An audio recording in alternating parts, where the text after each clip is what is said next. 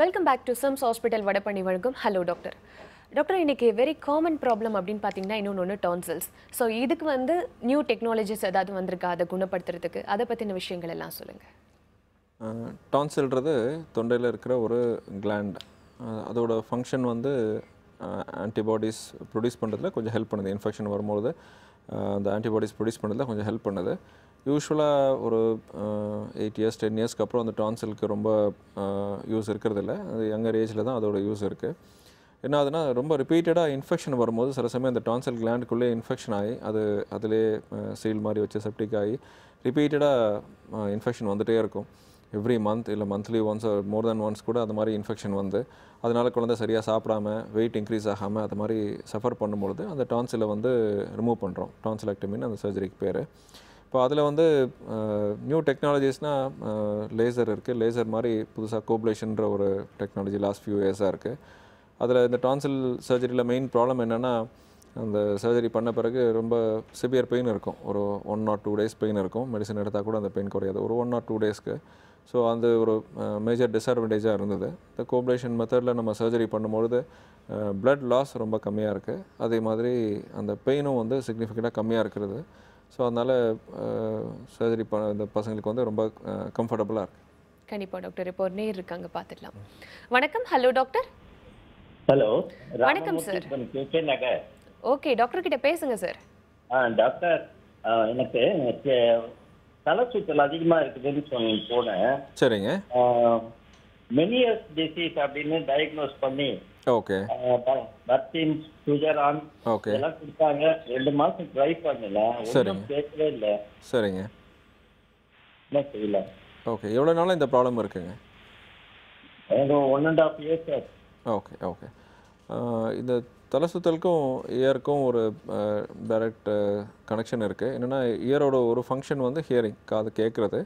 அது இல்லாமல் இந்த பேலன்ஸை கண்ட்ரோல் பண்ணுறதும் இயர் தான். அதாவது இன்னர் இயரில் இந்த நம்ம மூமெண்ட், அதாவது நம்ம நிற்கிறோமா நடக்கிறோமா இல்லை ரொட்டேட் ஆகிறோமா, அந்த மாதிரி சென்சேஷன்லாம் பிரெயினுக்கு அனுப்புகிற அந்த end organ balance organ inner இயரில் தான் இருக்குது.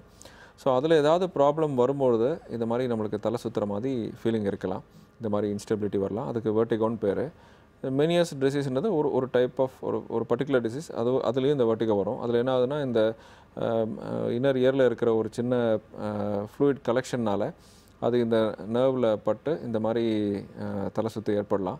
யூஸ்வலாக அந்த மெனியஸ் டிசீஸ் ரொம்ப கிளாசிக்கலாக வரும். ஒரு 2-3 days அந்த வெர்டிகோ, அந்த தலை சுற்று இருக்கும். அது கூட சிவியராக இருக்கும், கூட வாமிட்டிங் இருக்கும். அந்த டைமில் காது கேட்குறது கொஞ்சம் கம்மியான மாதிரி இருக்கும். காதில் இரைச்சல் கேட்கலாம். இது எபிசோடிக்காக இருக்கும். அதாவது இந்த ஒரு 2-3 நாள் இருக்கும், அதுக்கப்புறம் ஒரு 2-3 மாதம் இல்லாமல் இருக்கும். அந்த மாதிரி இருக்கலாம். இந்த மாதிரி மெனியஸ் டிசீஸ் தான் கன்ஃபார்ம் பண்ணுறதுக்கு சில டெஸ்ட் இருக்குது. ஆடியோகிராம் இல்லாமல் கொஞ்சம் ஹையர் டெஸ்ட் இருக்குது. அந்த டெஸ்ட் பண்ணால் இது மெனியஸ் டிசீஸ் கன்ஃபார்ம் பண்ணலாம். அது இந்த நீங்கள் சொன்ன மாதிரி ஏற்கனவே சொன்ன மெடிசன்ஸ் இந்த ஜென்ரல் மெடிசன்ஸ், இந்த வெஸ்டிபுலர் சிஸ்டமை சப்ரஸ் பண்ணுறதுக்குள்ள ஜென்ரல் மெடிசன்ஸ், அந்த மெடிசன்ஸில் சில சமயம் மைல்டு டு மாடரேட்டாக இருந்தால் கண்ட்ரோல் ஆகும். அது இல்லாமல் இந்த மெனியஸ் டிசீஸ்க்கும் சில இந்த ஃப்ளூயிடை குறைக்கிறதுக்குள்ள மெடிசன்ஸ் சில இருக்குது. அதையும் ட்ரை பண்ணி பார்க்கலாம். இது எதுவுமே ஒர்க் அவுட் ஆகாட்டா சர்ஜரி கூட இருக்குது. பட் அது ரொம்ப ரேராக ஒரு 1% ஆஃப் த பீப்புளுக்கு தான் அது தேவைப்படும். 99% மெடிசன்ஸ்லேயே இது கண்ட்ரோல் ஆகிடும். கால் பண்ணதுக்கு நன்றி. Next caller. வணக்கம். Hello doctor. ஹலோ, வணக்கம்மா. உங்களுடைய பேர் எங்கேருந்து பேசுகிறீங்க? என் பேர் நந்தினி. நான் தண்டையார்பேட்டிலேருந்து பேசுகிறேன். டாக்டர் கிட்ட பேசுங்க நந்தினி. வணக்கம்மா, சொல்லுங்கள். Hello doctor. வணக்கம்மா, சொல்லுங்கள். எனக்கு 3 வயசு இருக்கு. தேர்ட் படிக்க சொல்லி காதில் பல்பம் விட்டு இது பண்ண சொல்லி பல்பம் உடஞ்சிருச்சு டாக்டர். சரி. அது இப்போ எனக்கு 24 ஏஜ் ஆகுது. ஓகே. அப்போ பயத்தில் நான் வீட்டில் சொல்லாத அப்படியே விட்டேன் டாக்டர். ஓகே. அது இப்போ எனக்கு வலிலாம் இல்லை. எப்பயாவது காதில் பட்ஸ் விட்டு இது பண்ண சொல்லி அது அசைஞ்சிச்சுன்னா எனக்கு வலி எடுக்கும் காது. அதோட கொஞ்ச நேரம் வலிக்கும், அப்படியே சரியா போயிடும். இப்போ அதனால எதனா ப்ராப்ளம் வருமா? ஆனா எனக்கு எந்த பிரச்சனையும் இது வரைக்கும் வந்ததில்ல. நானா ஏதாவது பட்ஸ் விட்டு எதனா பண்ணாதான் எனக்கு வலி வரும். மற்றபடி வேற எதுவுமே நார்மலா தான் இருக்கு. அதனால எதனா பிரச்சனை வருமா கேட்குறேன். காதில் ஏதாவது போட்டு அது இத்தனை வருஷமா இருக்கிறதுக்கு வாய்ப்பு இல்லைம்மா. அது இருந்தால் டெஃபினட்டாக அதனால உங்களுக்கு நிறைய தொந்தரவு இருந்திருக்கும். அது காது அடைச்சிக்கிட்டு அந்த வேக்சின் சேர்ந்து அடைச்சிக்கிட்டு ரொம்ப பிரச்சனையாக வந்திருக்கும், இல்லை இன்ஃபெக்ஷன் வந்திருக்கலாம். இவ்வளோ நாள் எதுவும் தொந்தரவு இல்லாமல் இருக்கிறது ரொம்ப அன்லைக்லி. ஆனால் ஏற்கனவே அந்த மாதிரி ஒரு ஹிஸ்ட்ரி இருக்கிறதுனால நீங்கள் ஒரு வாட்டி ஏன்டி டாக்டர்கிட்ட போய் அது உள்ளே இருக்கான்னு பார்த்து இருந்தால் அதை ரிமூவ் பண்ணிக்கிறது நல்லது. காதில் அந்த மாதிரி இருந்ததுன்னா அதனால் நிறைய தொந்தரவுகள் வரும். ஆனால் இத்தனை வருஷம் ப்ராப்ளம் இல்லாமல் இருக்கிறது ரொம்ப அன்லைக்லி. அதனால் தானாக அது வெளியே வந்திருக்கும்னு நினைக்கிறேன், இல்லை அது டாக்டர் தான் பார்க்கணும் எடுத்திருப்பாங்கன்னு நினைக்கிறேன். அப்படி இருக்கும்னு டவுட் இருந்துச்சுனாலும் கண்டிப்பாக நீங்கள் டாக்டரை பார்த்து அதை ரிமூவ் பண்ணிக்கிறது நல்லதுமா. கால் பண்ணதுக்கு நன்றி. Next caller. வணக்கம். Hello doctor. ஹலோ வணக்கம் சார். உங்களுடைய பெயர் எங்கிருந்து பேசுறீங்க? என் பேரு கண்ணனுங்க. நான் கேரளால இருந்து பேசுறேன். கண்ணன், டாக்டர் கிட்ட பேசுங்க. சரி ஐயா, வணக்கம். வணக்கம், சொல்லுங்கள். என்னோட லெஃப்ட் காது வந்து கொஞ்சம் பிரச்சனையா இருக்குது. ராத்திரி மிட் நைட்ல எனக்கு தலை சுத்தல ஆரம்பிச்சதுங்க. சரி. தலை சுத்திட்டு என்ன கட்டில இருந்து கீழே விழுந்துட்டேன். கீழே விழுந்து கூட எனக்கு நிக்கல. உடனே ஹாஸ்பிட்டல் கொண்டு போனாங்க. சரி. அவங்க மாத்திரை இந்த வெர்டின் 16 ஒரு மாத்திரையும் சிட்ரசின்ற ஒரு மாத்திரையும் கொடுத்தாங்க. சரிங்க. அதுக்கு பிறகு வந்து ஆடியோ டெஸ்ட்னு சொல்லி 2-3 டெஸ்ட் எல்லாம் பார்த்தாங்க. சரிங்க. டெஸ்ட் பார்த்ததுல லெஃப்ட்ல வந்து கேள்வி கம்மியா இருக்கு, உங்களுக்கு அந்த புறப்பாடாதான் இருக்கு. ஓகே. பேலன்ஸ் பிரச்சனை இல்லைன்னாங்க ஒரு டாக்டர். இன்னொரு டாக்டர் அப்போவே உனக்கு இயர் பேலன்ஸ் போயிட்டு இருக்கு அப்படின்னு சொன்னாங்க. சரிங்க. எனக்கு இப்ப நேற்று நான் கீழே இருந்து ஒரு பொருள் எடுக்கவே எனக்கு தலை சுத்தல் வந்துச்சுங்க. ஓகே. ஒரு ½ an hour 1 hour படுத்துட்டே இருந்தேன் நான். ஓகே. எனக்கு இப்போ இருந்துட்டு தான் இருக்கு. நான் அந்த வெர்டின் 16 சாப்பிட்டா நல்லா இருக்குமா? வேற இன்னொரு கேள்வி. எனக்கு நான் ஃபிளைட்ல போகக்கூடிய ஆளு. நான் 6th அன்னைக்கு நான் ஃபிளைட்ல பாம்பே போகலான்ட்டு இருக்கிறேன். எனக்கு போகலாமா? ஓகே. இது நீங்கள் ஏற்கனவே சொன்ன மாதிரி இந்த வெர்டிகோ ப்ராப்ளம் மாதிரி தான் இருக்குது. இதுக்கு வந்து மெடிசின்ஸில் யூஸ்வலாக நல்ல ரிலீஃப் கிடைக்குங்க. வெர்டின் அந்த மாத்திரையும் கண்டினியூ பண்ணலாம். அது இல்லாமல் இதை விட கொஞ்சம் இன்னும் ஸ்ட்ராங்கர் மெடிசன், அதில் உங்களுக்கு ஃபுல்லாக அந்த குறையிலனா அதை விட ஸ்ட்ராங்கர் மெடிசன்ஸ் கண்டிப்பாக இருக்குது. நீங்கள் ஏன்டி டாக்டரை திருப்பி பார்த்தீங்கன்னா அவங்க கைட் பண்ணுவாங்க. அந்த மெடிசன்ஸில் எவ்வளோ சிவியராக இருந்தாலும் யூஸ்வலாக 1 or 2 daysக்குள்ளே நல்லா கண்ட்ரோல் ஆகிடும். அதனால் ட்ராவல் பண்ணுறது ஒரு பெரிய ப்ராப்ளம் இல்லை. சில பேருக்கு ஏர் ட்ராவல் பண்ணும்போதே அந்த மாதிரி கிடினஸ் வரலாம். அது மாதிரி உங்களுக்கு ஏற்கனவே ஹிஸ்ட்ரி இருந்தாலும் சரி இல்லாட்டாலும் சரி இந்த மாத்திரை எடுத்துகிட்டு இருக்கிறதுனால நீங்கள் ட்ராவல் பண்ணுறதுனால எதுவும் பிரச்சனை இல்லை. இது ஸ்பெசிஃபிக்காக யூஸ்வலாக மெடிசின்ஸில் கண்ட்ரோல் ஆகிடும். ஒரு 2-3 weeksல இருக்கும் அண்ட் மெடிசின்ஸில் கண்ட்ரோல் ஆகிடும். உங்கள் லைஃப் அஃபெக்ட் பண்ணாமல் டெஃபினட்டாக அதை மேனேஜ் பண்ணிக்கலாம். கால் பண்ணதுக்கு நன்றி. Next caller. வணக்கம். Hello doctor. வணக்கம். ஹலோ வணக்கம்மா. உங்களுடைய பெயர் எங்கிருந்து பேசுறீங்க? என் பேர் வளர்மதி. நாங்கள் சென்னையில இருந்து பேசுறோம். டாக்டர் கிட்ட பேசுங்க மதி. Hello doctor. வணக்கம்மா, சொல்லுங்கள். எங்க பையனுக்கு 13 வயசுல காதுல சீல் வழிஞ்சதுன்னு ஆப்ரேஷன் பண்ணோம். சரிங்க. திருப்பி அது இந்த ஒரு காதுல பண்ணோம்னா இன்னொரு சைடு பண்ண சொன்னாங்க. சரிங்க. அப்புறம் திருப்பி இன்ஃபெக்ஷன் ஆயிடுச்சு. பண்ண காதுலயே திரும்ப ஒரு தடவை பண்ணிட்டு தொண்டையில சத வளர்ச்சி இருக்குது. ஓகே. அதனால இந்த மாதிரி இருக்குதுன்ட்டு இந்த மாதிரி 4 ஆப்ரேஷன் பண்ணாங்க. சரிங்க. ஆனா கொஞ்சம் இதா இருந்துச்சு. இப்ப 25 years ஆகுது பையனுக்கு. சரிங்க. ஆனா இப்ப திரும்ப அப்பப்ப காதுல சீல் வந்துட்டு தான் இருக்குது. அது எதனால சார்? ஓகே. இல்லை காதில் திருப்பி சீல் வருதுன்னா யூஸ்வலாக கோல்டு ப்ராப்ளம் இருந்தால் தான் வரும்மா.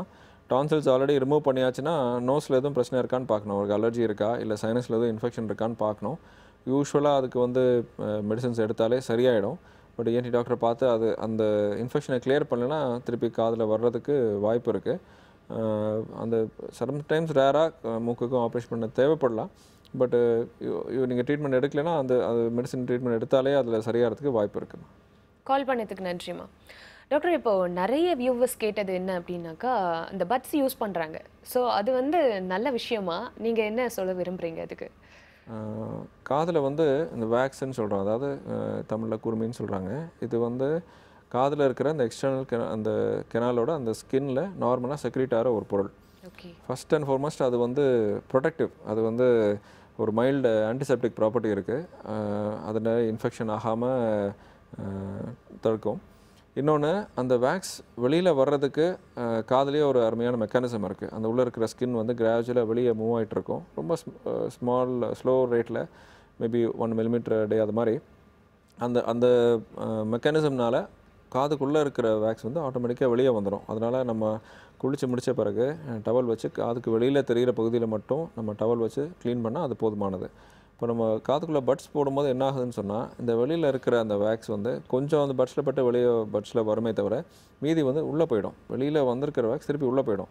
அது மாதிரி அக்யூமுலேட் ஆகும்பொழுது அந்த ஸ்கின்னால் அந்த வேக்ஸை வந்து ஃபுல்லாக ரிமூவ் பண்ண முடியாது. அதுக்கப்புறம் அப்படியே லேயராக சேர்ந்து காது ஃபுல்லாக க்ளோஸ் ஆகி அப்புறம் ஹியரிங்கும் அஃபெக்ட் ஆகிறதுக்கு வாய்ப்பு இருக்குது.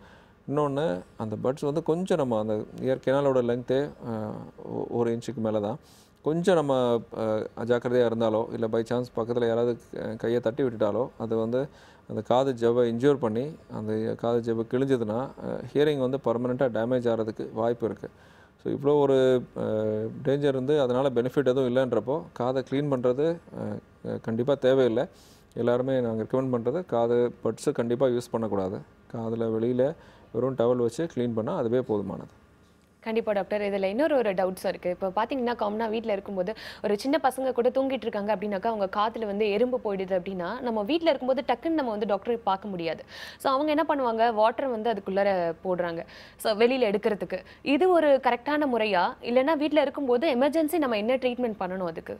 இல்லை, எமர்ஜென்சியாக காதில் தண்ணி விடுறதோ இல்லை ஈவன் சால்ட் அவுட் விடுறதோ பரவாயில்ல. எமர்ஜென்சி மெஷராக அது வந்து டெஃபினட்டாக அட்வைசபிள். ஏன்னா எறும்பு இல்லை ஏதாவது பூச்சி உள்ளே இருந்து அது அலைவாக இருக்கும் பொழுது அது வந்து அந்த காது ஜவ்வை கடிக்கிறதுக்கு வாய்ப்பு இருக்குது. பெஸ்ட்டு வந்து நீங்கள் டாக்டரை பார்க்குறது தான். பட் டாக்டரை பார்க்குறதுக்கு டைம் ஆகும். எதுவும் உடனே பண்ண முடியாதுன்ற பட்சத்தில் காதில் வெறும் தண்ணியோ இல்லை சால்ட் வாட்டரோ போடுறதுனால தப்பு இல்லை.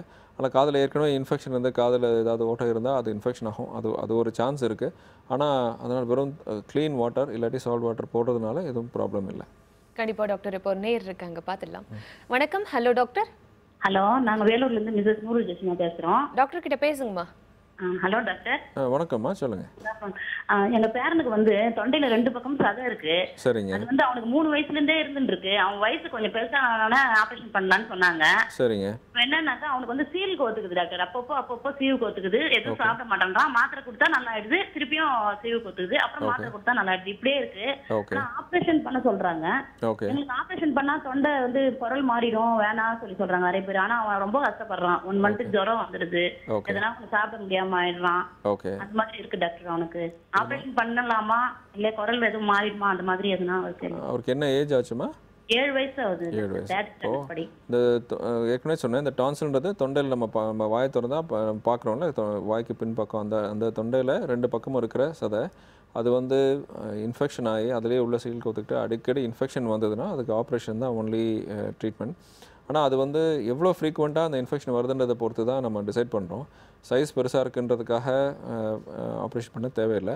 ஆனால் அடிக்கடி வருது, அதுக்கு ஒரு கணக்கு இருக்க வச்சுக்கோங்களேன். 5-6 முறை, வருஷத்துக்கு 5-6 முறைக்கு மேலே வந்தால், 1 வருஷம் 2 வருஷத்துக்கு மேலே இது மாதிரி இருந்தால் அதுக்கு வந்து ஆப்ரேஷன் பண்ணோம்.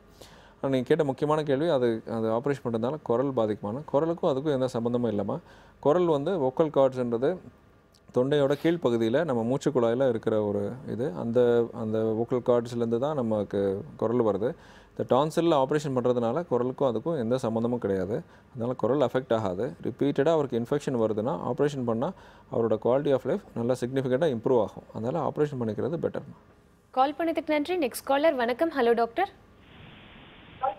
வணக்கம். Hello doctor. லைன்ல இருக்கீங்கம்மா, பேசலாம். வணக்கம். Hello doctor. Hello hello madam. உங்களுடைய பேர் எங்க இருந்துமா பேசுறீங்க? உங்க டிவி வால்யூம் ரெடியூஸ் பண்ணிட்டு பேசுங்கம்மா. ஹலோ மேடம், நாங்க வந்து சேத்தாப்ல இருந்து பேசுறோம். டாக்டர் கிட்ட பேசுங்க. உங்க டிவி வால்யூம் ரெடியூஸ் பண்ணிட்டு பேசுங்க. வணக்கம் சார். வணக்கம்மா, சொல்லுங்க. தம்பிக்கு வந்து 13 வயசு ஆகுது சார். சரிங்க. வந்து பிறந்து 13 நாள் குழந்தையில இருந்து சளி பிடிச்சுக்கிட்டு ஒரே கும்பலா இருக்கு. வயசு 13. ஓகே. எப்ப எல்லா டாக்டரையும் காட்டிட்டே இருக்கிறோம். அவங்க வந்து இப்படிதான் இருக்கும், கொஞ்ச நாள் வரைக்கும் சரியா போடுன்றாங்க. பயமா இருக்கு. ஸ்கூலுக்கு அடிக்கடிக்கு போக முடியல. எனி டைம் சளி பிடிச்சுக்கிட்டு தும்பிக்கிட்டே இருக்கிறா சார். மூக்கால சொட்டு சொட்டா தண்ணி வடிஞ்சுக்கிட்டே இருக்கு. ஓகே. அது என்ன சார், எத்தனை நாளைக்கு எத்தனை வயசு வரைக்கும் இருக்கும், எப்போ போவாது, என்ன சார் பண்ணலாம்? இல்லைம்மா, அடிக்கடி சளி பிடிக்குன்னா நீங்கள் கண்டிப்பாக டாக்டரை பார்க்கணும். குழந்தைங்களுக்கு வந்து அடிக்கடி சளி பிடிக்கிறது நார்மல் தான். ஒரு வருஷத்துக்கு 3 வாட்டி 4 வாட்டி வரைக்கும் வந்ததுன்னா அது வந்து ரொம்ப அன்யூஷுவல் கிடையாது. ஆனால் மாதம் வருது, ஒரு மாதத்துக்கே 2-3 முறை வருது, அது மாதிரி அடிக்கடி வருதுன்னா நீங்கள் கண்டிப்பாக டாக்டரை பார்த்து அதுக்கு ட்ரீட்மெண்ட் எடுக்கணும். ஆனால் சளி மூக்கடைப்பு வந்து குழந்தை பருவத்தில் இந்த அடினாய்ட்ஸ்னு ஒரு கிளாண்ட் இருக்குது மூக்குக்கு பின்னாடி. அடினாய்ட்ஸ்னு ஒரு கிளாண்ட் இருக்கும். அது பெருசாக இருந்தாலும் இது மாதிரி அடிக்கடி வர்றதுக்கு வாய்ப்பு இருக்குது. இல்லை ஏற்கனவே சொன்ன மாதிரி இந்த டான்சில் பெருசாக இருந்தாலும் அது மாதிரி வர்றதுக்கு வாய்ப்பு இருக்குது. நீங்கள் ஏன்டி டாக்டர் பார்த்தீங்கன்னா இதனால தான் அந்த பிரச்சனையான்றதை டெஸ்ட் பண்ணி பார்த்துட்டு அதுக்கு என்ன ட்ரீட்மெண்ட்னு சொல்லுவாங்க. ஃபஸ்ட்டு வந்து மெடிசன் எடுத்து ட்ரை பண்ணி பார்த்துட்டு அது சரியாகலைன்னா ஒரு வேளை ஆப்ரேஷன் தேவைப்படும். பட் ரொம்ப ஓயாமல் இது மாதிரி வந்துட்டே இருக்குன்னா அது கண்டிப்பாக நார்மல் இல்லை, நீங்கள் ட்ரீட் பண்ணுறது நல்லதும்மா. கால் பண்ணதுக்கு நன்றிம்மா. டாக்டர் இப்போ பார்த்தீங்கன்னா அந்த உள்நாக்கு இருக்கு இல்லையா, அது வந்து நார்மலாக இருக்க வேண்டிய சைஸ் விட ரொம்ப சின்னதாக குட்டியாக இருந்துச்சு அப்படின்னாக்கா எதனாவது ப்ராப்ளம்ஸ் வரக்கூடிய வாய்ப்புகள் இருக்கா? இந்த உள்நாக்கு அந்த பகுதி இந்த சாஃப்ட் பேலட்னு இங்கிலீஷில் சொல்கிறோம், அது வந்து மெயினாக நம்ம சாப்பிடும்பொழுது அந்த உணவு வந்து மூக்குக்கு போகாமல் தடுக்கிறதுல அதோட மெயின் ரோல் இருக்குது. ஸோ அந்த மசில்ஸ் வந்து கரெக்டாக இருந்தால் அந்த நேசல் டீகாஷன் சொல்லுவோம், அது ஆகாமல் நம்ம முழுங்கும்பொழுது கரெக்டாக அது தொண்டைக்குள்ளே போகும். ஸோ அது ஒரு இம்பார்ட்டன்ட் ஃபங்க்ஷன். அது இல்லாமல் அது அளவில் சிறிதாக இருந்தால் கொஞ்சம் பேசும்பொழுது குரல் கொஞ்சம் அந்த ஒரு பிரெத்தி வாய்ஸ் ஒரு மாதிரி வாய்ஸ் வந்து கொஞ்சம் இதுவாக இல்லாமல் கொஞ்சம் ஹார்ஷாக இருக்கிற மாதிரிக்கு வாய்ப்பு இருக்குது. மெயினாக அந்த ஸ்வாலோவிங்லேயும் இந்த வாய்ஸ்லேயும் அதோட ரோல் இருக்குது. ஆனால் நார்மலாக அது மாதிரி சின்னதாக இருக்க வாய்ப்பு இல்லை, ஏன்னா அது வந்து ஒரு மஸ்குலர் இது. பிறக்கும்போதே அதில் ஏதாவது அனாமலி இருந்தால் அது மாதிரி இருக்கலாம், இல்லை ரொம்ப ரேராக ஏதாவது அடிபட்டு அது மாதிரி ஆகலாமே தவிர அது மாதிரி டேமேஜ் ஆகிறது ரொம்ப ரேராக சில பர்டிகுலர் டிசீஸில் தான் ஆகும். அதனால் அது டேமேஜ் ஆகிறதுக்கு பெருசாக வாய்ப்பு இல்லை. கண்டிப்பாக டாக்டர், ஒரு சின்ன பிரேக் அப்புறம் நம்ம தொடர்ந்து பேசலாம். சிம்ஸ் ஹாஸ்பிட்டல் வடபழனி வழங்கும் ஹலோ டாக்டர் நிகழ்ச்சியில் ஒரு சிறிய விளம்பர இடைவேளைக்கு பிறகு மீண்டும் சந்திப்போம்.